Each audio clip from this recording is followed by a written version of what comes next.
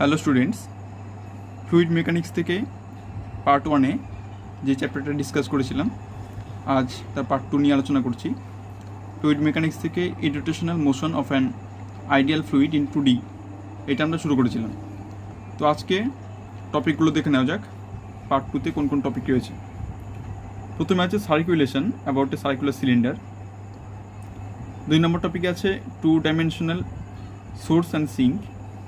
3 নম্বর টপিকে আছে 2 dimensional doublet or dipole. 4 নম্বর আছে মিলনে থমসন সার্কেল থিওরাম বা যেটাকে শুধু সার্কেল থিওরাম বলা হয়।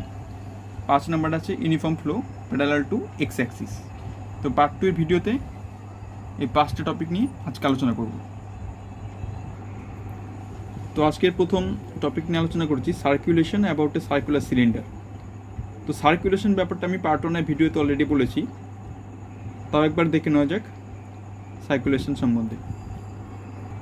তো সার্কুলেশন বলেছিলাম এবি একটা কার্ভ যেখানে কোনো একটা পার্টিকুলার পয়েন্টে পি, এটাতে ভেলোসিটি হচ্ছে কিউ, আর এই কার্ভ যেটা এবি এটাকে ডিফাইন করে সি, এটার যদি লেংথ ডিআর হয় তাহলে ইন্টিগ্রাল কিউ ডট ডিআর, এটাকে বলা হবে সার্কুলেশন। এবার এটা এই যেটা রাউন্ড করেছি এটা ঘড়ির কাঁটার বিপরীত দিকে মুভ করছে, তাই এটাকে বলা হবে সার্কুলেশন। আগে ক্লাসে এটা বলেছিলাম।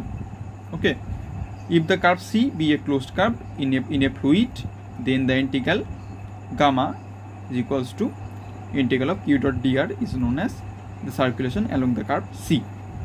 তো সার্কুলেশন সম্বন্ধে আগে ক্লাসে বলেছিলাম, তাই আমি সার্কুলেশন সম্বন্ধে একবার বললাম। তো আজকের টপিকটাতে আসা যাক। Circulation about a circular cylinder.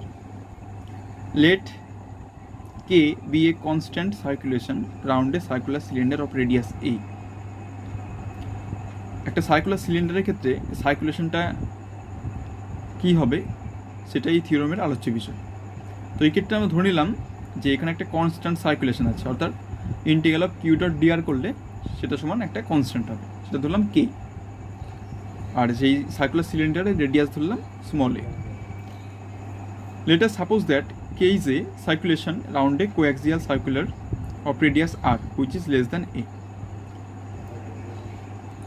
যে কোয়াক্সিয়াল সার্কুলার যেটা ধরেছি তার রেডিয়াসটা r, যেটা কিনা আমার এই সার্কুলার সিলিন্ডার যে রেডিয়াস তার থেকে ছোট। Okay, and also let r theta be any point on that cylinder. আরও ধরে নিলাম এই সিলিন্ডারের উপরে r থিটা একটা পয়েন্ট, পোলার যেটা নেওয়া হয়েছে এই ওর সাপেক্ষে, অর্থাৎ এটা থিটা এটা আর হবে রেডিয়াসটা। তাহলে এবার এই ক্ষেত্রে দুটো মোশন আসবে, একটা হচ্ছে রেডিয়াল ভেলোসিটি আর একটা আসবে cross radial velocity. Since the motion is purely circular, মোশনটি যেহেতু একদম সার্কুলার মোশন, তার জন্য এর রেডিয়াল ভেলোসিটি কম্পোনেন্ট যেটা কিউআর দিয়ে ডিনোট করা হয় সেটা 0 হবে, আর ক্রস রেডিয়াল কম্পোনেন্ট সেটা একটা আর এর ফাংশন হবে। তো রেডিয়াল ভেলোসিটি এবং ক্রস রেডিয়াল ভেলোসিটি সম্পর্কে একটু ডিসকাস করি এখন।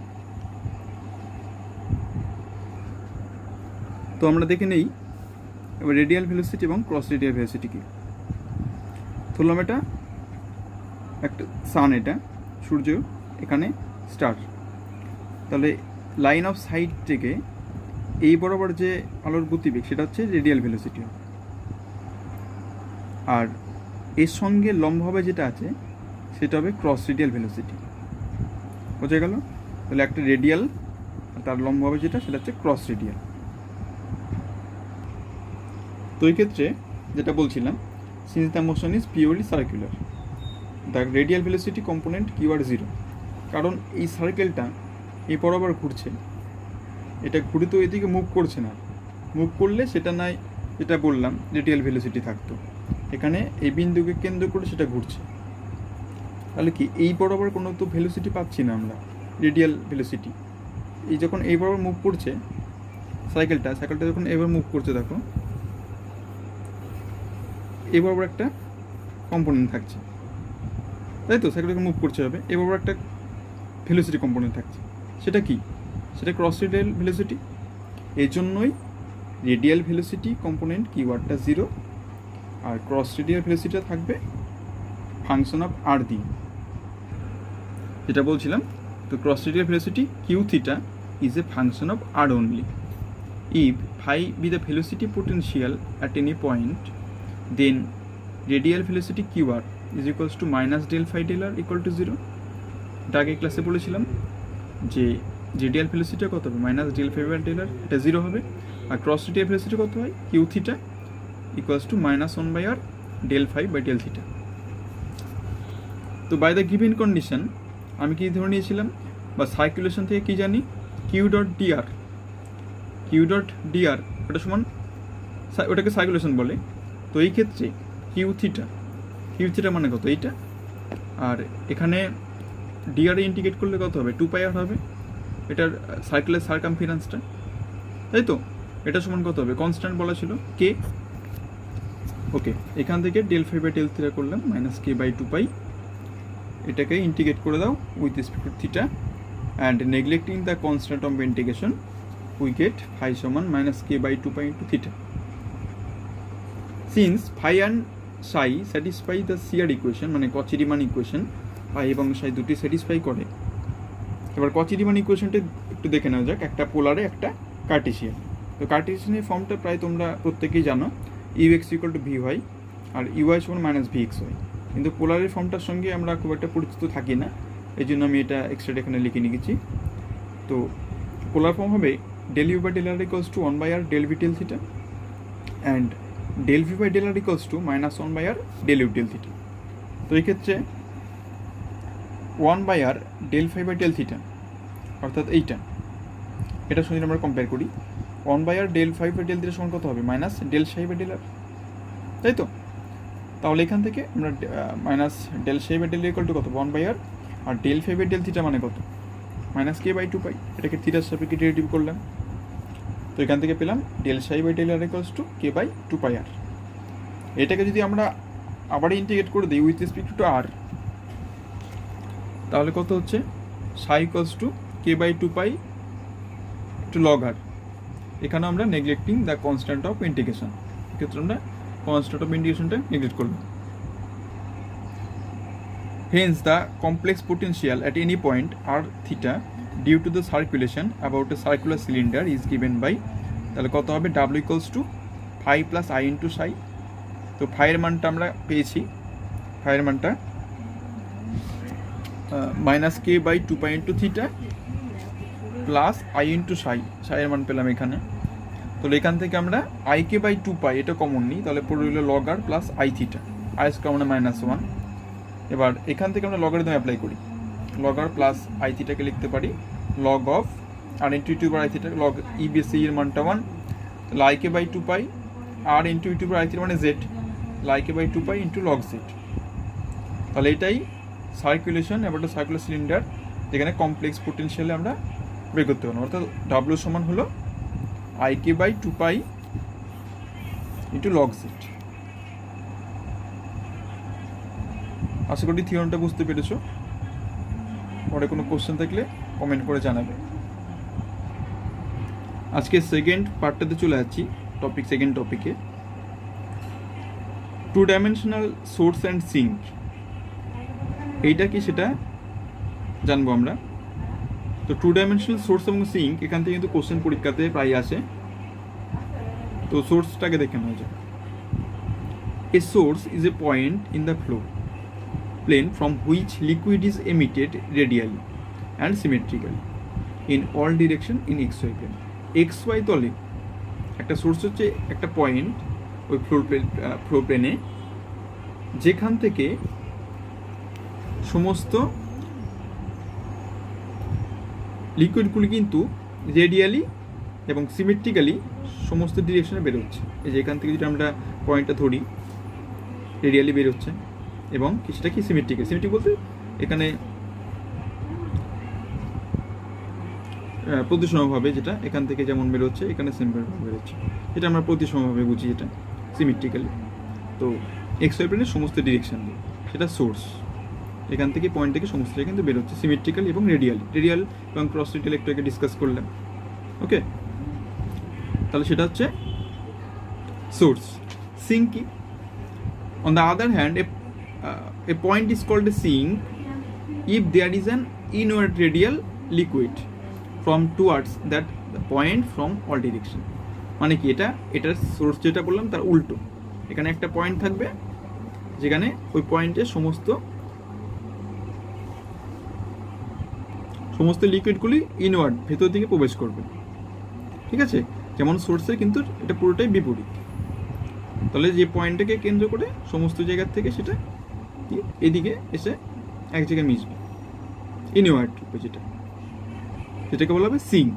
তাহলে কি সংজ্ঞাটা হলো, a point is called a sink if there is an inward radial liquid from towards that point from all direction, সমস্ত ডিরেকশন থেকে সেই জায়গাটা মিশবে। আর সোর্সে কিন্তু কী হচ্ছিল, এখান থেকে বিক্ষিপ্ত হচ্ছিল। তাহলে এটা সোর্স এবং সিঙ্কের কিন্তু পার্থক্য।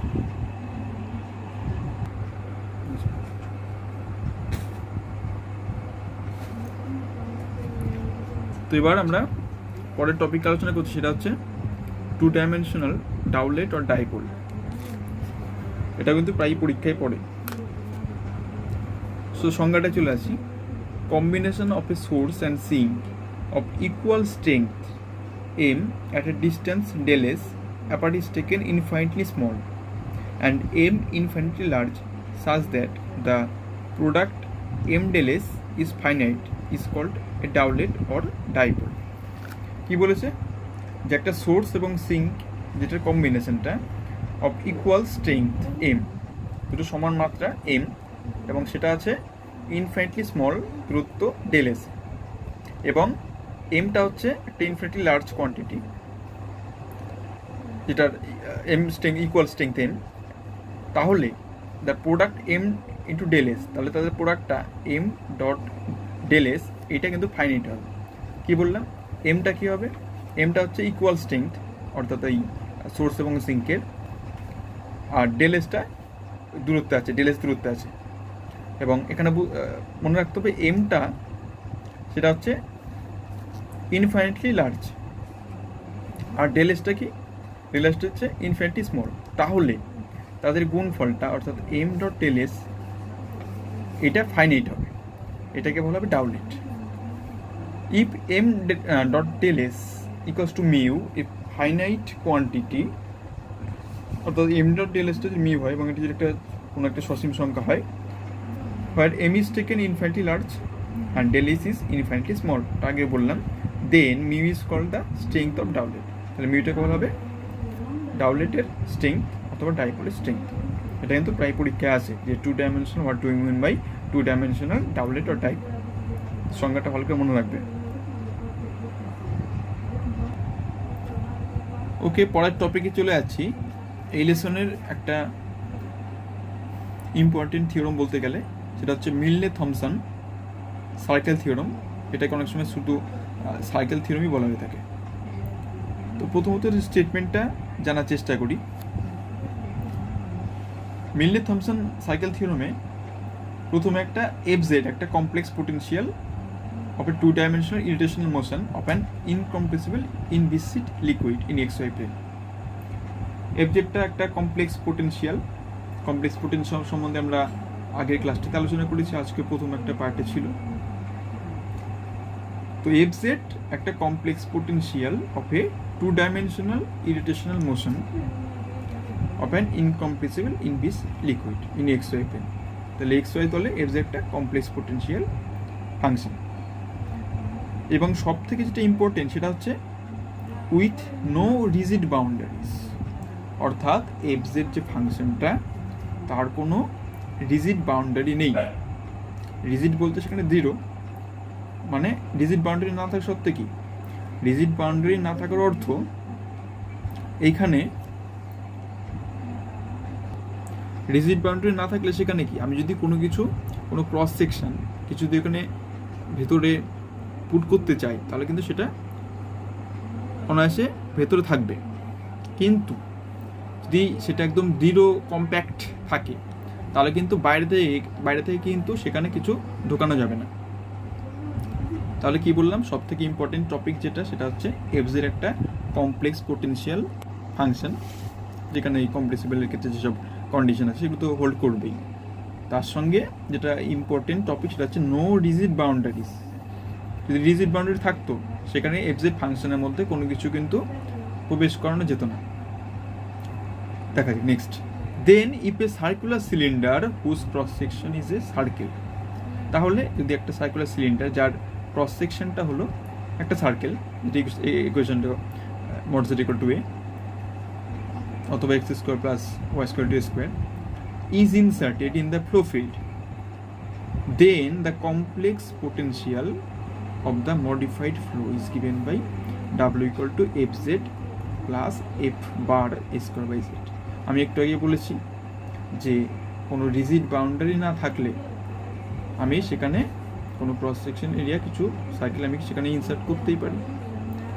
তাহলে এখানে কি দেখলাম, if a circular cylinder whose cross section is a circle is inserted in the flow field, সেই ফিল্ডে যদি আমি ইনসার্ট করি তাহলে কমপ্লেক্স পোটেনশিয়াল তো মডিফাই হবে, আগে যেটা ছিল এখন তার সঙ্গে সেটা অ্যাড হবে, তাহলে সেটাই সেই মডিফাইড ফ্লোটাই গিভেন কত w equal to F Z plus F Z আগেই ছিল plus F bar square by Z, যেখানে F Z has no singularity inside the circle, অর্থাৎ যে সার্কেলটা তার ভেতরে F Z has no singularity, F জেডে কোনো সিঙ্গুলারিটি থাকবে না।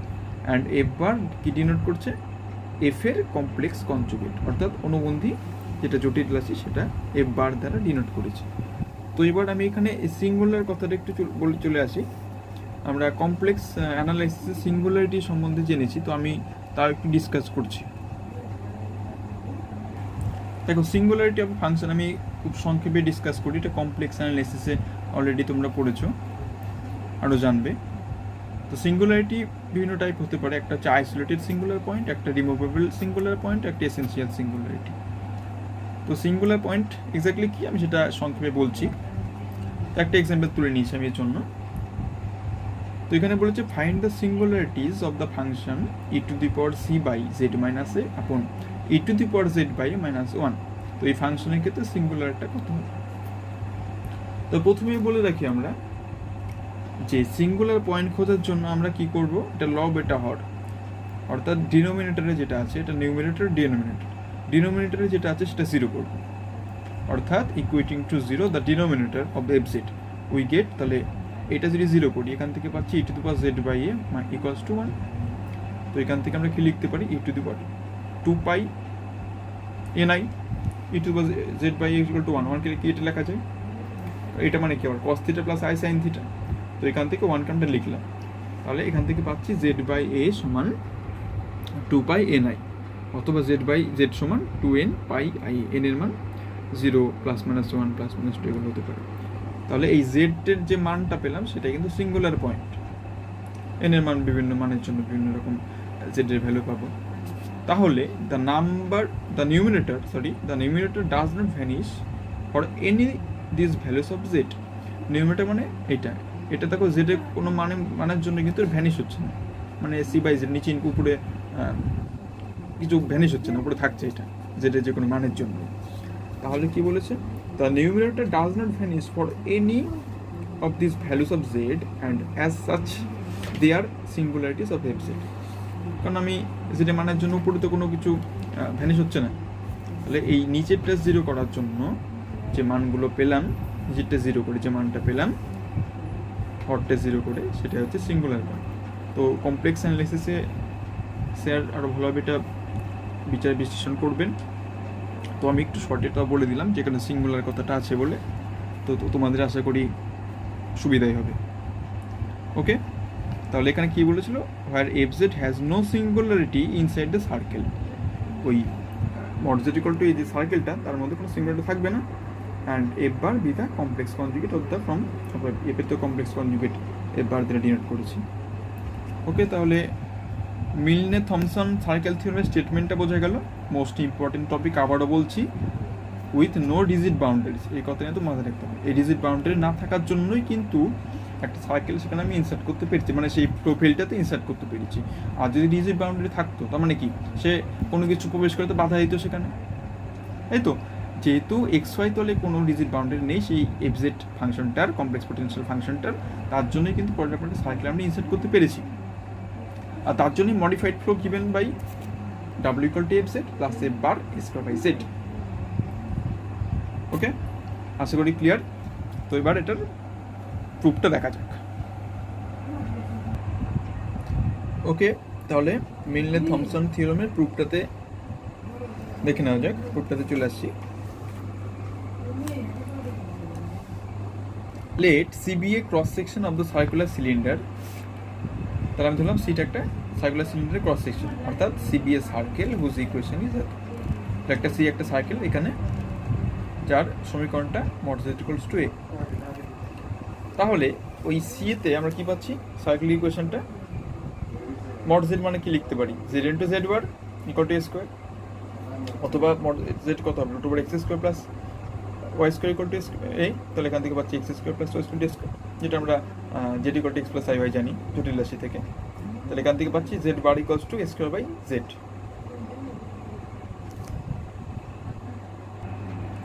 আচ্ছা, তাহলে এখানে কত হবে? Z into Z bar equal to A square. এখান থেকে জেড বার পেলাম এ স্কোয়ার বাই জেড। তাহলে এফ অফ জেড বার কত হবে? F of A square by Z. আর এফ বার জেড বার কত হবে? F bar of A square by Z. একটা এফ জেড বার করলাম এখানে, জেড বার সমান যেহেতু এটা, আর এফ বার জেড বার কত হবে? এখানে এফ বার, আর জেড বার মানে তো জানি স্কোয়ার বাই জেড। তাহলে যেটা থিওরামে পড়েছিলাম ডাব্লিউ equal to F Z plus F bar square by z, সেটাই আমরা লিখি। তাহলে ডাব্লিউ equal to F Z plus F bar of square by z কত হবে? F Z plus F bar square by Z মানে কত? F bar Z bar plus equals to F z রাখলাম, আর এফ বার জেড বার মানে কি লিখতে পারি? এফ জেড এর হোল বার, মানে এফ জেড টোটালটা বার। ওকে, তাহলে আমরা কি পাই? W equals to real quantity এখানে। তাহলে সেখানে ডাব্লিউ ইকুয়ালস টু জানি আমরা ফাই প্লাস আই ইন্টু সাই, এটা কমপ্লেক্স পোটেনশিয়াল থেকে। তাহলে এটা মানে Real quantity as W, that is সাই কষ্ট কত হবে? জিরো, যেহেতু রিয়াল কোয়ান্টিটি নিচ্ছে এখানে। তাহলে সাইটা কত হবে? জিরো হবে। তাহলে সাই জিরো মানে কত? সাই ইকুয়ালস টু কনস্ট্যান্ট অথবা zero being taken as constant. সাইটাই কনস্ট্যান্ট অথবা জিরোটাই একটা কনস্ট্যান্ট এক্ষেত্রে। ওকে, যেহেতু W equal to real quantity হচ্ছে। Thus, psi is a constant along the boundary C. এখানে সি নিয়ে কনসিডার করছি, তো সাই কি হলো? একটা একটা কনস্ট্যান্ট হলো along the boundary C. It is means that C is a streamline in the modified flow. Streamline মানে কি? স্ট্রিমলাইনটা এখানে কি কনস্ট্যান্ট হচ্ছে, দ্যাট ইজ সাই। পোটেনশিয়ালটা কত হয়? ভেলোসিটি পোটেনশিয়াল ফাই, আর স্ট্রিমলাইনটা তো সাই। ওকে, এটুকু ক্লিয়ার আশা করি। ওকে, next. Again, we know that the points z and z square by z are inverse points with respect to the circle mod z equals to a. এইটা z, শুধু z, আর a square by z কি পরস্পর inverse? তাহলে কোথায় হচ্ছে এটা? এই সার্কেলের সাপেক্ষে। আর অথবা আমরা কি জানি? z into z bar equal to square. z আর a square by z টা কি পরস্পরের বিপরীত। If the point z lies outside the circle, then the point a square by z lies within the circle and vice versa. Okay, যদি জেডটা সার্কেলের বাইরে থাকে, যেহেতু পরস্পরের কি এটা ইনভার্স, তাহলে এ স্কোয়ার বাই জেডটা কোথায় থাকবে? ভেতরে থাকবে, সার্কেলের ভেতরে থাকবে, কারণ পরস্পরের বিপরীত। তো যদি এইটা সার্কেলের বাইরে থাকে, এ স্কোয়ার বাই জেডটা ভেতরে থাকবে, এবং বিপরীত ক্রমে সত্য, অর্থাৎ এটা যদি বাইরে থাকে এটা ভেতরে থাকবে। আশা করি clear. Okay, since fz has no singularity inside the circle C, এটা আমরা ডেফিনেশনে পড়েছি। যদি fz টার সার্কেলে কোনো সিঙ্গুলারিটি নেই, তার মানে কি? all the singularities of fz are exterior to C. যদি সার্কেলে না থাকে তাহলে কোথায় থাকবে সিঙ্গুলারিটিগুলো? সার্কেলের বাইরে থাকবে, ওই সি যে এক্সটিরিয়রটা আছে সেটার বাইরে থাকবে। ওকে, therefore all the singularities of f of a square by z are within the circle C, and hence f bar a square by z has no singularity inside the circle C. আচ্ছা, এই লাইনটা বুঝিয়ে দিচ্ছি, দেখো। এখানে একটু আগে বললাম যে fz has no singularity within inside the circle C, তাহলে মানে কি? তাহলে সমস্ত সিঙ্গুলারিটি এক্সটেরিয়র টু সি। এবার এখানে বলছি পরের লাইনটাতে all the singularities of f of x square by z are within the circle C. এটা কি জন্য বললাম? দেখো, যেহেতু f of A square by Z মানে কত, এফ অফ জেড বার, তাহলে এফ জেড এর বলছি কোনো সিঙ্গুলারিটি নেই ওই সাইকেল সি এর মধ্যে। তার মানে কি ওই এক্সটেরিয়র টু সি মানে সি এর বাইরে আছে তাহলে, এবং সেটা মানে কত, সেটা মানে একটা এফ জেড একটা এফ জেড বার, তাহলে সেটা সেই সিঙ্গুলারিটি কোথায় থাকবে, এফ জেড বারে থাকবে। যেহেতু এফ জেড নেই তাহলে কোথায় আছে সিঙ্গুলারিটি, এফ জেড বারে আছে, এক্সটেরিয়র সি এর এক্সটেরিয়র আছে, তার মানে এফ জেড বারে আছে। আর এফ জেড বার মানে কত, এফ জেড বার মানে f of A square by z. এই জন্যই এই লাইনটা লেখা হয়েছে যে therefore all the singularities of f of a square by z are within the circle C। এই জন্য বলতে সব সিঙ্গুলারিটি এর মধ্যে আছে। হেন্স f বার a square by z has no singularity inside the circle C। তার মানে কি, যদি এইটার মধ্যে সিঙ্গুলারিটি থাকে নিশ্চয়ই এটার মধ্যে নেই, কারণ এটা তো কনজুগেট। তাহলে f of a square by z R f bar of a square by z কি পরস্পর কনজুগেট, তার জন্য এটাই যদি না থাকে বা এটা যদি থাকে এটাই থাকবে না।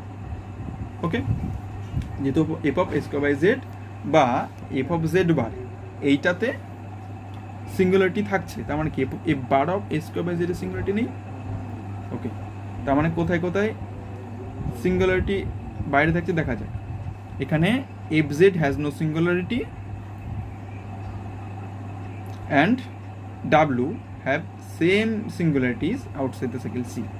আচ্ছা, ফাংশনটাতে সিঙ্গুলারিটি নেই এফ জেডে, আর ডাব্লু মানে কি লিখেছিলাম, ডাব্লু মানে লিখেছিলাম এক্ষেত্রে আমরা যেটা, অর্থাৎ F Z plus F Z bar. তাহলে এখানে দেখতে পাচ্ছি এফ জেডেরও সিঙ্গুলারিটি নেই, আর F bar A square by জেডেরও সিঙ্গুলারিটি নেই। F bar A square by Z মানে কত, এফ বার জেড বার, আবার এটা মানে কত, এফ জেডের টোটালটা বার। তার মানে এটাতেও নেই এটাতেও সিঙ্গুলারিটি নেই, তার মানে ওভারঅল ডাব্লুতে নেই। ওকে, তার মানে এটা লিখেছি hence the functions f z and W have same singularity outside the cycle C. Singularity কোথায় আছে, আউটসাইড দ্য সাইকেল সি এর বাইরে আছে। তার মানে কি, hence W represents the complex potential of modified flow. আশা করি থিওরিটা বুঝতে পেরেছো। কোথাও প্রবলেম থাকলে আমাকে অবশ্যই কোশ্চেন করবে, আমি পরের পার্টে অবশ্যই ডিসকাস করব। ভালো করে থিওরিটা খাতায় লিখবে। ওকে, আজকে লাস্ট টপিকে চলে আসছি, সেটা হচ্ছে ইউনিফর্ম ফ্লো প্যারালাল টু এ এক্স অ্যাক্সিস, অর্থাৎ এক্স অক্ষের সমান্তরালে ইউনিফর্ম ফ্লোটা কত হবে। এক্স ওয়াই প্লেনে এক্স ওয়াই অক্ষে আমরা ডিরেকশন দিয়েছি ইউ, একটা velocity. Let us consider a uniform flow u parallel to x-axis. Then the velocity components are given by u equals to u আর v equals to 0। অর্থাৎ এই বরাবর বেগটা কত u আছে, x অক্ষ বরাবর কম্পোনেন্টটা v কত, এখানে 0, এদিকে কোনো ভেলোসিটি নেই।